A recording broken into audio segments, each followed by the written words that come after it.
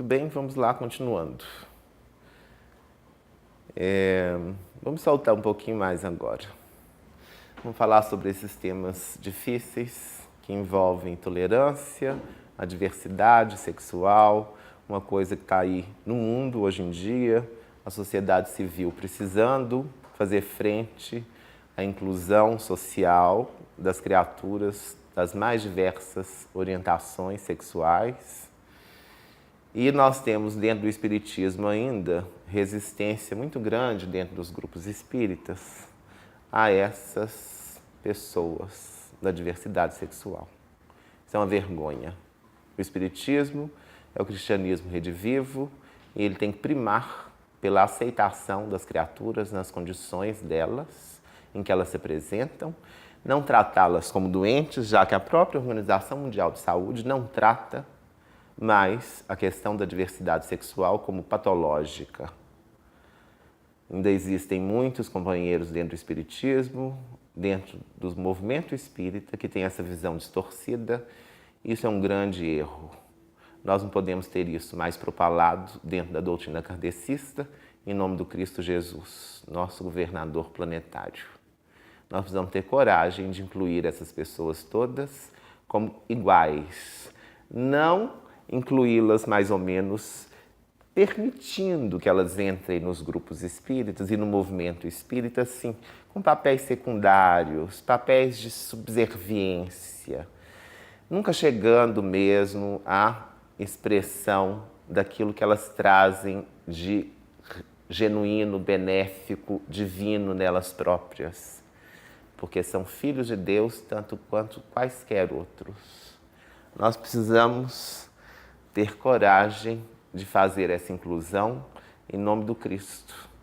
Nós precisamos abandonar essas regrinhas estúpidas de religiosismo falso que ainda imperam nesse movimento espírita brasileiro. Infelizmente, esse tema ainda é muito polêmico e quando a gente fala sobre ele, certamente vai despertar a ira de muitas outras pessoas contrárias à inclusão dessa diversidade a que nos referimos.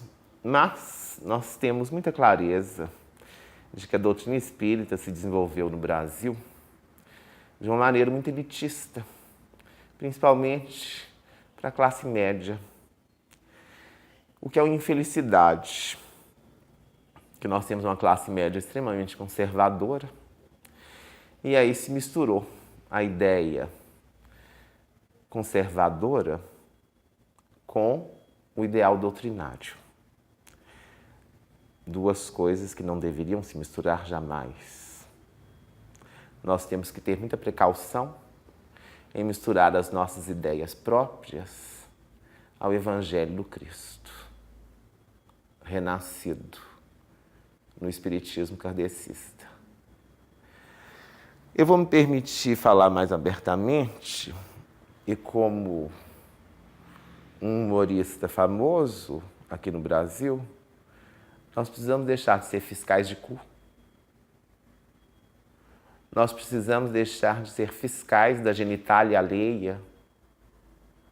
Nós precisamos aprender a olhar para as criaturas e ver a contribuição que elas dão ao bem, sem olharmos para a vida íntima delas, que não interessa a ninguém, a não ser a elas próprias.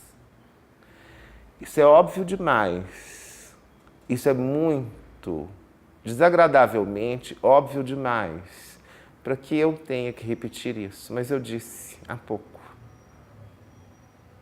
naquele outro vídeo, eu sou mestre em falar o óbvio.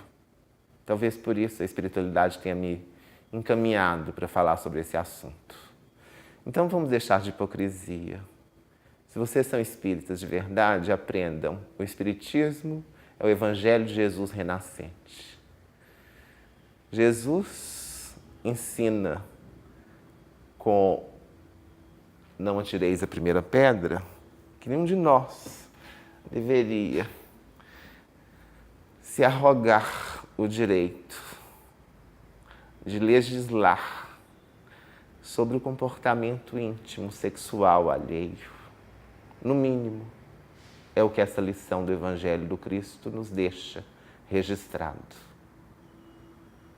Nós podemos desdobrá-la ainda muito mais profundamente, mas por enquanto, eu gostaria que vocês tivessem muito consciência de que cristão verdadeiro não discrimina. Cristão verdadeiro acolhe.